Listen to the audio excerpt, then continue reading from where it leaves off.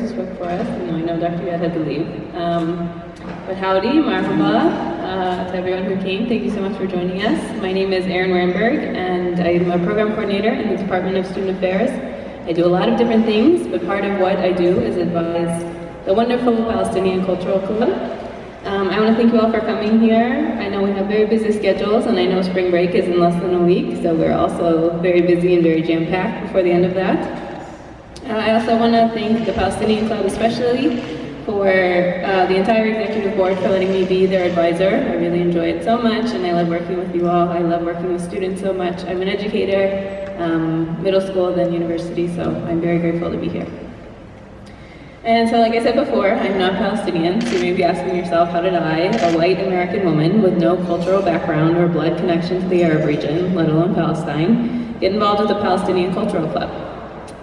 Some of you may know I chaperone our service learning experience every year in May, and last year in May of 2018, I had some students approach me about the possibility and logistics of starting a Palestinian organization. So as usual for academics, anyone universities know, it's paperwork, forms, paperwork, forms, paperwork, forms. And then I had conversations with the students to get clear about why they wanted to do this. So what do you want to do? Who do you want to reach? Why? What are your immediate and long-term goals? What's the point of this club? What do you hope to gain? What impact do you want to leave? It's a typical conversation with me if you ask me anything. So they withstood the weather and they came through, and after many formal and informal conversations, a lot of reflecting and a lot of planning, I noticed this particular group of students, they had one desire that I always look for when I talk with students. You can't teach it, and it takes a different form for every student you work with, but you know it when you see it. And these students have it, and they have passion. Because I could feel the passion they have for Palestine, the passion for its culture, the passion to continuing the mission moving, I just had to be their advisor. I couldn't say no. I love working with and supporting students who are passionate about it, even if, again, we have many Palestinian faculty and staff here, so I felt very honored that they chose me to be their advisor, especially because they are so passionate about their project.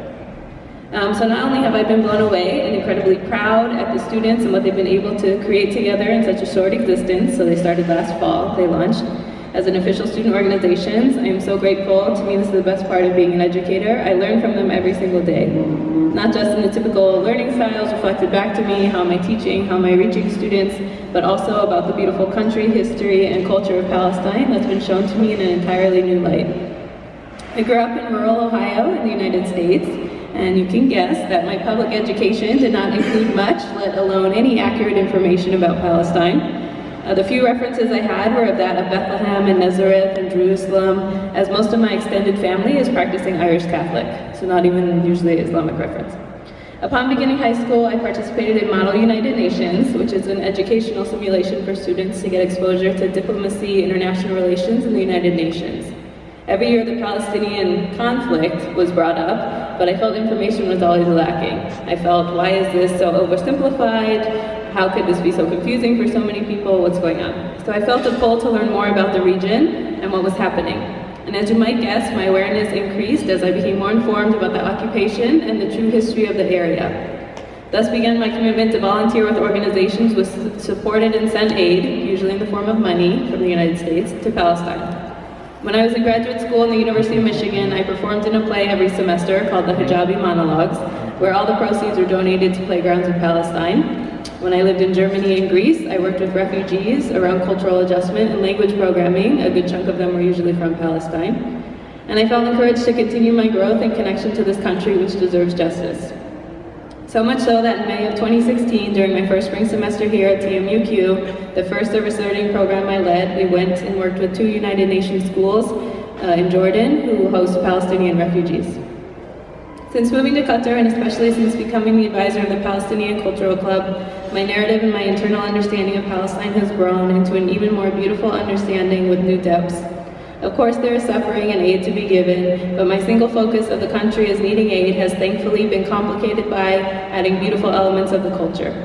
I've heard the sweet tunes of Palestine, I've smelled and tasted the melt-in-your-mouth kanafa, which we have in the back if you didn't eat it yet. Olive oil, olives, and za'atar. I've gotten goosebumps while reading the beautiful poetry of Mahmoud Darwish. I have laughed in joy witnessing our students and staff dance dubki while waving their kafiyah. I have seen photos of the rolling green hills and beautiful masjids in Palestine and heard stories of our own students' families and lineages who were living peacefully in Palestine only a few decades ago and those who are still trying to do so to this day. To hold these moments of cultural pride is something that warms my heart and is again just another bonus of being an educator. Bethlehem Luncheon was an idea mentioned casually at our end of the semester meeting in December of last year. I am so proud of the event today and all that the Palestinian Cultural Club continues to do. And as a U.S. citizen, I feel it is my duty to not only talk about Palestine with those around me and share the truth of what is happening to the people and country there, but also share the rich aspects of the culture which have been shared with me. I have hope for Palestine because of how much passion comes from our students who are from there and how much they teach me, and I have hope for Palestine because all of you who have decided to sit with us and join us today. So thank you all so much for coming again, and I encourage you to please continue to hold Palestine in your hearts. Thank you.